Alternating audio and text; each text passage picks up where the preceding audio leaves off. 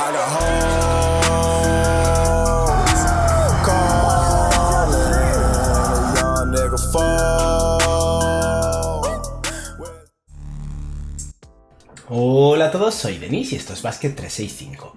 En el vídeo de hoy vamos a continuar con los resúmenes de la jornada de NBA en este segundo día de playoffs, un día realmente con muchas sorpresas y muy interesante, así que voy a intentar resumiros a grandes rasgos lo que han sido los 4 partidos que hemos tenido, como en el vídeo anterior por orden cronológico, así que si os interesa algún partido en particular, simplemente tenéis que ir saltando hasta encontrar cada uno de los partidos, ¿vale?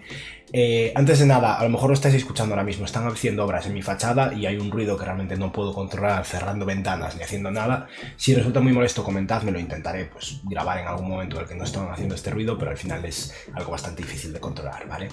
Y ahora ya sí, vamos a empezar.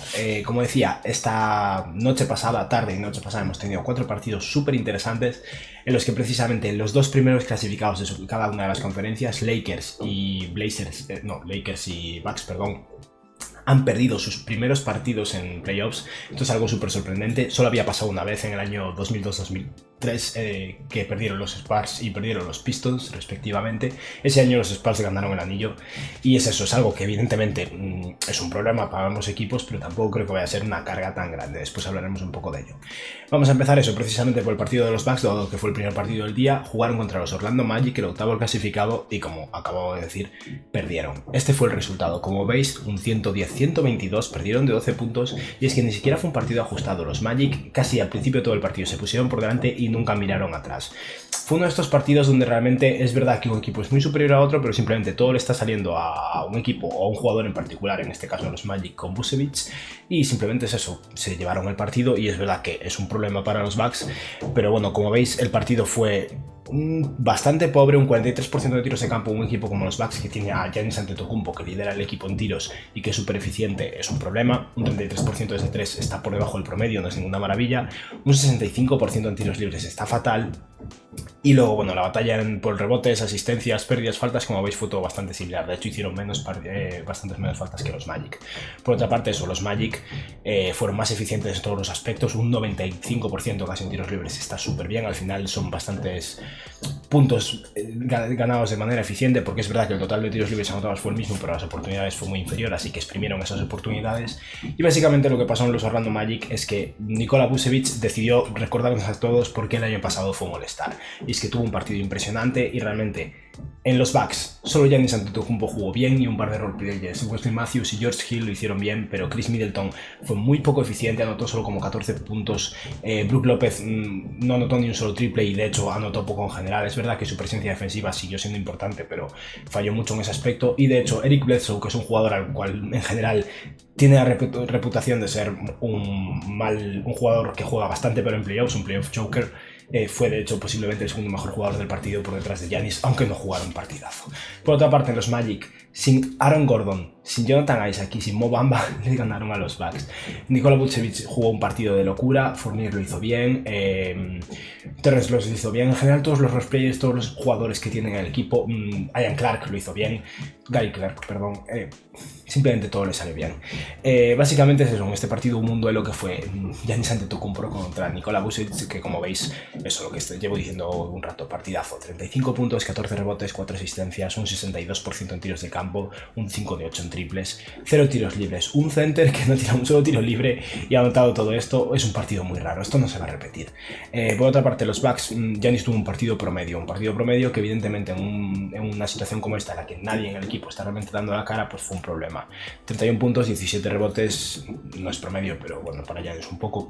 7 asistencias, un 48% en tiros de campo, que está por debajo de la media de Giannis, un 3 de 7 en triples, que está muy bien para Antetokounmpo, y un 4 de 9 en tiros libres, que es un problema. Al final ha derrochado eso, 5 puntos gratis o relativamente baratos, y eso al final pues pesa en el resultado final. Aún así, Giannis lo ha hecho bien, los Magic tuvieron un partido impresionante, esto no se va a volver a repetir. De hecho, los Orlando Magic el año pasado también le ganaron el primer partido a los Toronto Raptors y acabaron ganando el anillo los Raptors, así que tampoco le disten de importancia a esto. Pasamos ahora al segundo partido, un partido que yo tenía muchas ganas de ver y que sí que al final, hacia el final no fue tan interesante, pero en general fue un partido intenso y estuvo muy bien, y fue el Indiana Pacers contra los Miami Heat. Al final, como ya he mencionado últimamente, hay una rivalidad entre Pacers y Heat, especialmente entre T.J. Warren y Jimmy Butler, tienen ahí un poco de beef, y eso al final siempre da un poco más interés al partido. Sea como sea, los Pacers Llegaron al partido sin Sabonis, como todos sabéis no va a jugar en general, y Oladipo jugó como, no me acuerdo si 4 o 8 minutos, pero jugó poco y después de eso tuvo una lesión en el ojo y se fue del partido. Esperemos que vuelva para el próximo, pero no tuvieron a Oladipo, no tuvieron a Sabonis. TJ Warren lo hizo bien en general, en el equipo todos lo hicieron bastante bien, Miles Turner no tanto, pero es una buena labor de los roleplayers, una buena labor de TJ Warren, que al final ahora mismo es el jugador que se tiene que encargar de liderar un poco con todas esas ausencias, pero es que Miami todos, literalmente todos, exceptuando tal vez a Duncan Robinson, jugaron un partido muy sólido. El resultado, como veis, 101 puntos para los Pacers, 113 puntos para Miami. Los Pacers, de hecho, tuvieron porcentajes de tiro de campo mejores, no en tiro de campo, pero sí un mejor porcentaje de 3, un mejor porcentaje de tiros libres, pero al final eso, el volumen fue inferior por la defensa de Miami. Había ocasiones en las que directamente los Pacers no consiguieron tirar. La batalla de rebotes igualadas, las asistencias igualadas, las pérdidas un poco inferiores. En general fue un partido muy igualado en todo, pero a nivel de eficiencia, a nivel de cantidad de tiros, de la solidez en defensa que tienen los Miami Heat y realmente eso, la calidad que tienen, pues fueron superiores a unos Pacers que están cada vez más cojos. Les falta Jeremy Lamb, les falta Oladipo, les falta Sabonis. Bastante mérito tiene que estén luchando como están luchando. Los jugadores destacados del partido: Jimmy Butler, que jugó un partido muy bueno. Podría haber sido Goran Dragic también, que tuvo un partido muy sólido, pero es que la eficiencia de Jimmy Butler en este partido fue excelente. 28 puntos, 3 rebotes, 4 asistencias, un 8 de 15 en tiros de campo, o sea un 53%, 2 de 2 en triples. Jimmy Butler ha tirado como un 24% desde 3 esta temporada, o sea que si hago un 2 de 2 en triples tiene mucho mérito, y un 10 de 12 en tiros libres, o sea que muy bien en ese aspecto. Por otra parte, TJ Warren ha hecho lo que ha podido, lo defendieron muy bien y realmente lo limitaron bastante, aún así fue muy eficiente. 22 puntos, 8 rebotes, 3 asistencias, un 50% en tiros de campo y un 5 de 4 en tiros de 3, pero 0 tiros libres. Esto es un problema. Al final TJ Warren es verdad que no es un jugador que destaque muchísimo por penetrar a canasta y finalizar en el aro y conseguir muchas faltas, pero siendo al final ahora mismo el líder del ataque de un equipo, si no consigues ni un solo tiro libre, eso es un problema al final, porque son canastas fáciles que estás perdiendo. Pasamos ahora a un partido del cual yo también tenía muchísimo interés y esperaba que fuera un partido igualado, que es el Rockets Oklahoma, precisamente por la ausencia de Russell Westbrook. Aún así yo creía, y al final tenía bastante razón, que los Rockets iban a ser superiores y lo fueron totalmente. En este partido, en los Rockets, James Harden jugó un partido muy bueno, al final un poco en su línea, pero más eficiente de lo habitual, y varios de sus roleplayers realmente elevaron mucho el nivel en la ausencia de Westbrook. Jeffrey anotó creo que 22 puntos, Eric Gordon 21 puntos, jugaron todos bien en general. Daniel House también lo hizo bastante bien, solo 9 puntos, pero una buena labor defensiva. Pillita que igual Robert Covington estaba en todos lados, era impresionante, metía manos en todos lados. Por otra parte, los Thunder, Chris Paul tuvo un buen partido, Danilo Gallinari tuvo un muy buen partido, Steven Adams también lo hizo bien y consiguió aguantar bastante en el campo contra este small ball de los Rockets, que realmente le da bastante miedo a muchos centers, y de hecho reboteó bastante bien en ese aspecto. Pero Shai Gilgeous-Alexander y Dennis Schroeder, que son dos de los jugadores clave de este equipo, tuvieron actuaciones bastante pobres y eso pues pesó bastante. El resultado, los Rockets ganaron 123-108 contra los Thunder, y aquí veis los porcentajes que tienen, unos porcentajes súper sólidos para los Rockets, un 48% en tiros de campo, un 38% desde 3 y casi un 90% en tiros libres, un 17-19. Perdieron la batalla de los rebotes, evidentemente 10 rebotes menos, pero esto es algo que ya dan por hecho en cada partido. Ya bastante mérito tiene que solo cojan 10 rebotes menos. Asistencias bastante bien. Los dos equipos guardaron muy bien, tuvieron mucho cuidado con el balón. 7 pérdidas solo para los Rockets, 12 para los Thunder, que aún así está muy bien. Al final un equipo que tiene Chris Paul generalmente no pierde muchos balones, y bueno, en faltas bastante similar. Por otra parte eso, los Thunder menos eficientes, aunque nada mal, 44% en tiros de campo, 37% de 3, 84% en tiros libres. Simplemente los Rockets corrieron más, es un equipo mucho más pequeño, fueron más rápidos, ganaron más canastas fáciles al contraataque, con esa versatilidad defensiva robaron muchos más balones. Y como resultado, pues los Thunder acabaron desapareciendo del partido muy pronto y no consiguieron volver. El duelo de este partido, James Harden, Danilo Gallinari. Harden, como decía, un partido muy sólido para él, 37 puntos, 11 rebotes, 3 asistencias, un 54% en tiros de campo y un 46% desde 3, un 6 de 13, que está súper bien. Al final sabemos que James Harden es un triplista de élite, pero se intenta muchos tiros difíciles y generalmente promedia más un 30 y algo por ciento, desde luego nada cercano al 40. Y un 5 de 5 en tiros libres, que son muy pocos tiros libres para James Harden, pero bueno, lo importante es que ganaron. Por otra parte, Gallinari 29-3-3, un 52%, casi 53% en tiros de campo, un 2 de 5 en tiros de 3, muy pocos triples por parte de Gallinari, debería haber explotado más su ventaja de altura ahí, y un 100% en tiros libres, un 9 de 9, o sea que muy bien en ese aspecto.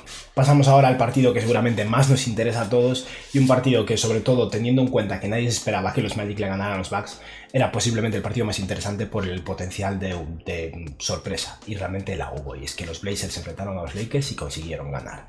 Hay que tener en cuenta una cosa, ya lo llevo diciendo mucho tiempo, los Blazers, si están como octavos es por las lesiones que tuvieron a lo largo de la temporada. Este partido deberíamos verlo más como un enfrentamiento tal vez de segunda ronda entre un primer clasificado y un cuarto o quinto clasificado, no un enfrentamiento entre un primer y un octavo clasificado. Sea como sea, ganarle al primer clasificado tiene mucho mérito, y como decía antes, los Blazers y los Magic son el primer equipo desde 2002-2003 en ganarle al primer clasificado en el primer partido.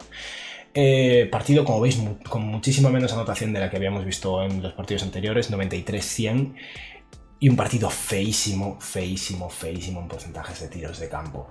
Los Lakers tuvieron un partido terrible, como veis, un 35% en tiros de campo, casi menos de un 16% en tiros de 3, un 5 de 32, y un 20-31 en tiros libres, un 65% en tiros libres. O sea, todo fatal realmente en ese aspecto. Rebotes ganaron un poco, en asistencias bien, tomaron mucho cuidado con el balón, 9 pérdidas frente a 16 de los Blazers, pero es eso, los Blazers, que tuvieron un partido bastante feo a nivel de porcentajes de tiro de campo, a nivel de eficiencia, estuvieron muy por encima aún así, un 39% de tiros de campo, un 38% desde 3, que comparado a un 15, pues es una diferencia abismal, evidentemente. Con solo 2 intentos de 3 más, anotaron 8 triples más, y un 25 de 33 en tiros libres, que es al final un porcentaje bastante malo, no llega ni un 76% en tiros libres, pero si tu rival no tira un 65%, pues estás bien.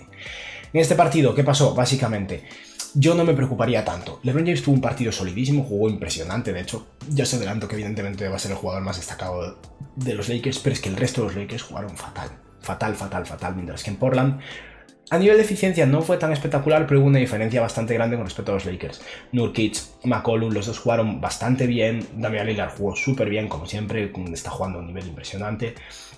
Hassan Whiteside consiguió 5 tapones y defendió bien, realmente aprovechó bastante sus minutos. Gary Trent no anotó mucho, pero anotó un triple importante al final del partido. En general, eso, los role players de los Lakers lo hicieron bien, y las estrellas secundarias también, y sobre todo Damian Lillard. Mientras que en los Lakers, la estrella principal, LeBron James, lo hizo súper bien, pero Anthony Davis tuvo un partido muy malo. Esto no se va a repetir. Anthony Davis es una auténtica superestrella, y como center barra la pivot, o sea, como big, tiró creo que menos de un 40% en tiros de campo, lo cual es terrible realmente. Kyle Kuzma tuvo un partido muy pobre. Danny Green, relativamente mediocre, tampoco fue tan malo en comparación con sus compañeros. KCP, Caldwell Pope, jugó casi 30 minutos y consiguió un 0 de 9 en tiros de campo, un punto en rebote, una asistencia, o sea, fatal. Caruso ni siquiera lo hizo demasiado bien tampoco. Los únicos jugadores que no tuvieron una labor terrible fueron McGee y Dwight Howard, sobre todo McGee, pero porque básicamente apenas tiraron. O sea que LeBron James estuvo muy solo y aún así consiguió perder el partido de 7. Esto no se va a repetir. Yo creo que los Blazers van a darle mucha guerra a los Lakers. No me sorprendería que ganen como mínimo un partido más, puede que 2 vayan al partido 7 incluso, sobre todo con este comienzo que han tenido, pero creo que los Lakers al final van a resolver esto. A mí esto me recuerda un poco a los Cleveland Cavaliers de LeBron James el año de novato de Jason Tatum, cuando fueron al partido 7 contra los Pacers de Oladipo, fueron al partido 7 en las finales contra los Celtics de Jason Tatum y Jaylen Brown, y al final es eso, llegaron a las finales igual porque es LeBron James, y LeBron James hace esas cosas. Y esta vez, hoy eran esos Cavaliers, pero mañana tendrán Anthony Davis de verdad. Sea como sea, el partido fue muy interesante y muchísimo mérito por parte de los Blazers. No quiero simplemente atribuir todo a un mal partido de los Lakers. Si han jugado mal fue por buena defensa de los Blazers, evidentemente. Pero eso, el duelo, LeBron James, 23 puntos, que parece muy pocos, pero 17 rebotes y 16 asistencias, una locura realmente. Con un 45% en tiros de campo, un 1 de 5 en triples. Esto, al final, LeBron James, su fuerte no es tirar de 3, y sobre todo en este partido, pues eso pesó bastante. Y un 4 de 7 en tiros libres. Como siempre, LeBron James no es un gran tirador de tiros libres, y bueno, también hubiera sido útil que hubiera anotado alguno más. Por otra parte, Damian Lillard, espectacular realmente, 34 puntos, 5 rebotes, 5 asistencias, un 9 de 21 en tiros de campo, que tampoco es tan bestia, pero un 6 de 13 en tiros de 3, y ya sabemos cómo son sus triples, que son desde Mordor, básicamente un 46% en tiros de 3, y un 10 de 10 en tiros libres, 100% en tiros libres. Al final son 10 puntos extra que estás ganándote, y eso pues al final pesa. Y esto ha sido los 4 partidos de hoy. Realmente muy interesante, sobre todo eso, el Blazers Lakers. Es un problema para los Lakers, evidentemente, empezar perdiendo. Yo aún así no me alarmaría tantísimo, pero desde luego el siguiente partido va a ser muy intenso y muy interesante. Y creo que Anthony Davis va a tener un partido de 40 puntos para compensarlo. Y bueno, esto ha sido todo por hoy. Espero que os haya gustado el vídeo y que tengáis un buen día. Adiós.